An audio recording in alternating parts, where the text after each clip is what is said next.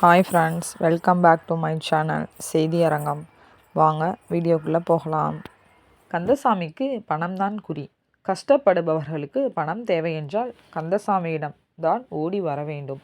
அதுவும் சும்மா ஓடி வந்தால் அவன் பணம் கொடுக்க மாட்டான். பண்டபாத்திரமோ நகையோ கொண்டு வந்தால்தான் பணம் கொடுப்பான்.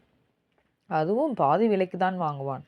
கடவுள் அவன் பக்கம் இருந்து எல்லா மக்களுக்கும் கஷ்டத்தை கொடுத்து அவனுக்கு லாபத்தை வாரி கொடுத்தார். இதெல்லாம் ரொம்ப பாவம். நம் மகனுக்கு பாவத்தை சேர்த்து வைக்காதீர்கள் என்று அவன் மனைவி கமலா கண்டிப்பாள். போடி போடி பிழைக்க தெரியாதவளே, பணம்தான் உலகம். பணம் இல்லை என்றால் ஒருவனும் நம்மை மதிக்க மாட்டான் என்று அவளை கிண்டல் செய்வான் கந்தசாமி. ஒரு நாள் புதிய ஆள் ஒருவன் கந்தசாமியிடம் வந்தான். என் மனைவிக்கு ஒரு பெரிய ஆபரேஷன் செய்ய வேண்டும். அதற்கு பணம் தேவைப்படுகிறது. என்னிடம் உள்ள நகைகளை வாங்கி கொண்டு எனக்கு பணம் தாருங்கள் என்றான்.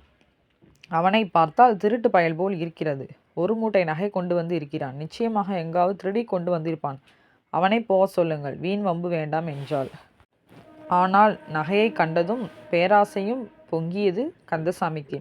இவ்வளோ நகை எங்கே கிடைக்கும் என்று நினைத்து யோசிக்க மறந்தான். கமலா, நீ இந்த விஷயத்தையும் தலையிடாதே, உனக்கு என்ன தெரியும் என்று அவளை திட்டி அனுப்பிவிட்டு மூட்டையுடன் வந்த ஆளை உள்ளே அழைத்தான். அந்த ஆள் மூட்டையை பிரித்தான். ஏராளமான தங்க நகைகள் மின்னின. மாற்று உரைத்து பார்த்தான் கந்தசாமி. எல்லாமே சுத்த தங்கம். ₹1,00,000 மேல் பெறும்.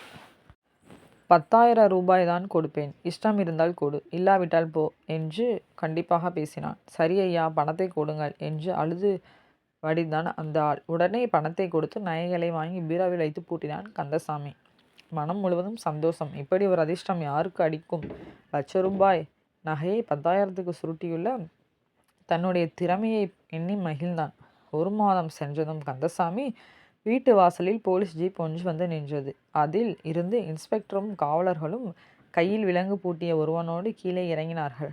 கையில் விலங்குடன் காணப்பட்டவன் 1 மாதத்திற்கு முன்னால் கந்தசாமியிடம் நகைகளை விற்ற ஆசாமி. கந்தசாமி பயத்துடன் வாசலுக்கு வந்தான்.